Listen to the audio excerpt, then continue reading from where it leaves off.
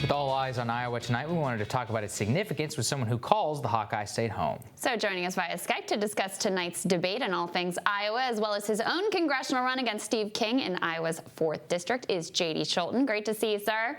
Good morning. Happy to be here. Yeah.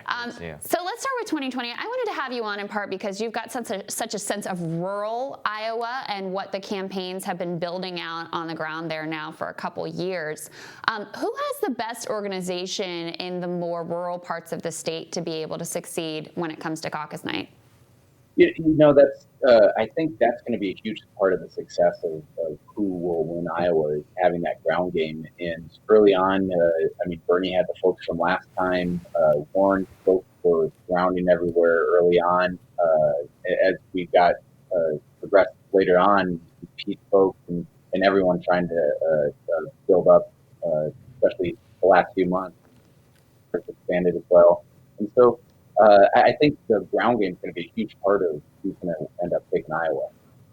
Yeah, so J.D., what we've also seen, however, is that the Vice President Biden has not kind of invested in that traditional ground game. However, there's a Monmouth poll that actually shows him significantly ahead in the first state. He's relying much more on kind of a nostalgia for many of these voters to come out. Do you think that that's enough to put him over the edge, or is organization just going to make so much more of a difference? Well, I don't think there's any one thing. And I talked to actually somebody on the Booker campaign this weekend before they announced they were dropping out, and they door knocked, this one person door knocked 100 doors, and they said there was not one person who was actually committed to any candidate. And so I think there's a lot of flexibility and fluidness right now in who are going to decide. But I think there's going to be, so that makes tonight's debate so much more important, I feel. And I feel whoever come out of this will really have the momentum. Interesting. J.D., talk a bit about the issues that are actually important to people on the ground there, especially in the parts of the state that are really focused on agriculture. That's the part of the state that you're running in particular. What is affecting their life day to day? What are they thinking about? What do they want to hear from these candidates? The first thing, it's healthcare. Everybody is struggling with that in my district. We are the second most rural district, or second most agriculture producing district in America. And as such a rural district, we have hospitals consolidating. Farmers, they don't have health insurance, employer health insurance. And so that's such a huge need. But you look at some of the things that may not draw the national attention, the renewable fuel standard being abused by this administration. We still have pretty prominent Republican figures writing letters to the editors calling out Trump. And I just think there's this huge opportunity to earn votes in rural America. And we're doing finishing up this week on our first 39 county tour to go into all 39 counties. We're doing them in towns of under 1,000 people and calling it the Don't Forget About Us tour. And we're talking about towns that are struggling to keep their grocery stores alive. And so those are some of the things that don't make the national headlines, but that's the reality of my district. Mm-hmm. And so, J.D., what we've seen actually here in Washington is a real elite kind of obsession over whatever the latest spat between candidates or even impeachment. Is impeachment even an issue in your district? Is it an issue? Yes, but does it get talked about a lot? Of our 33 town halls so far, I think it's been mentioned twice. And, wow.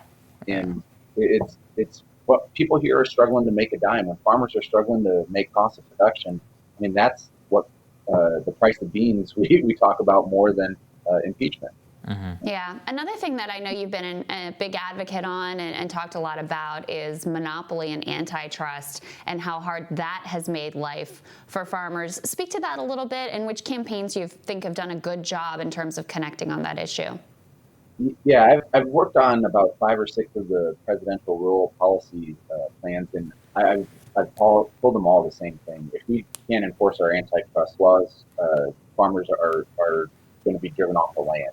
And we've had the same battle 100 years ago. And actually just yesterday, the new GIPTA rules, the Grain Inspection Packers Act came out, and it's a slap in the face to our farmers. It doesn't protect them whatsoever.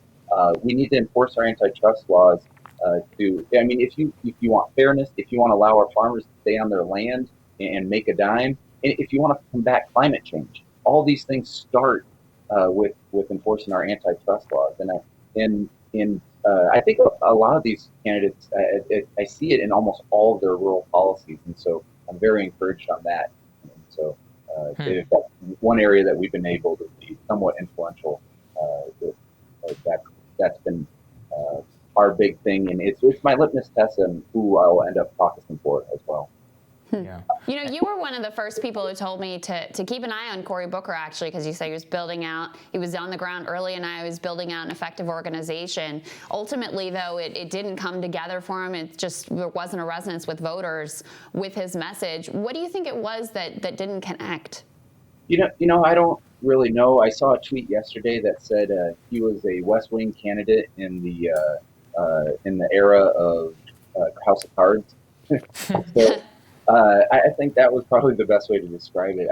I think he did a lot of things right. I think his campaign the staff was very impressive. I don't know what was the thing that you just couldn't quite connect with folks. I don't know if it just didn't fit the time or what. It was hard to tell, but I thought he had a great message. I thought he was when it comes to antitrust, he's probably the leader of all the campaigns.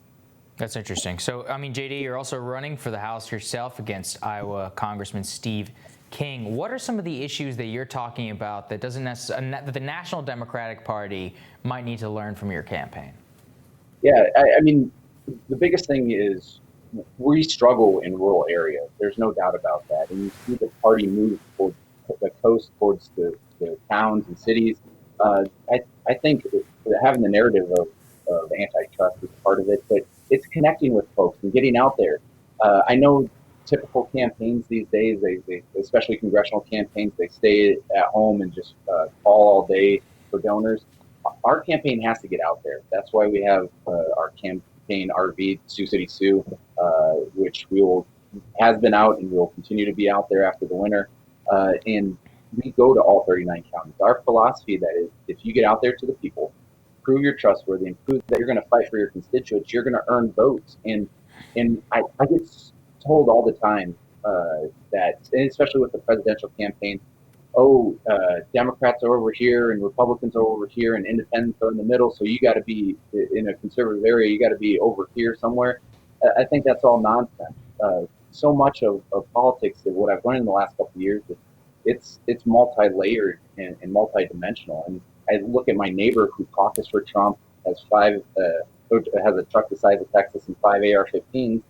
We don't agree on everything, but what we do agree upon is anti-corruption. We agree on antitrust. We agree that healthcare is a joke in this country right now, and it's got to get fixed. And we agree that the flooding that's happening around our towns is hurting our economy. Mm-hmm. And so those are things that I think that we need to express what we're more that common pain and common purpose. And JD, you ran against Steve King last time. My organization endorsed you in that race. You came really close. What do you think is going to be different this time? I think what we're seeing in the agriculture economy and that's struggling, I think there's a huge opportunity to win more votes in these rural communities. I think the other part of it that is a huge difference is he got stripped of his committees. I think he's only the fourth member of Congress ever to get stripped of his committees. And it was this week, a year ago, where the New York Times article that said, where he was quoted on saying, when is white supremacy and white nationalism become a derogatory term? And his own party has stripped him of his committee. And so at the time right now, when in our district, being the second most agriculture producing district in America, and we have 55,000 farmers with their backs against the wall, we need a leader in Washington rather than him just spewing off his crazy rhetoric. Yeah, he's definitely putting his ideology ahead of the people there. JD, great to see you. Thank you so much. Good luck on the race. Thanks, JD. Thank you so much. Appreciate it. Coming up on the eve of the 7th Democratic debate, Senator Elizabeth Warren goes after her fellow Senator Bernie Sanders. Team Rising is going to weigh in on that feud. That is next.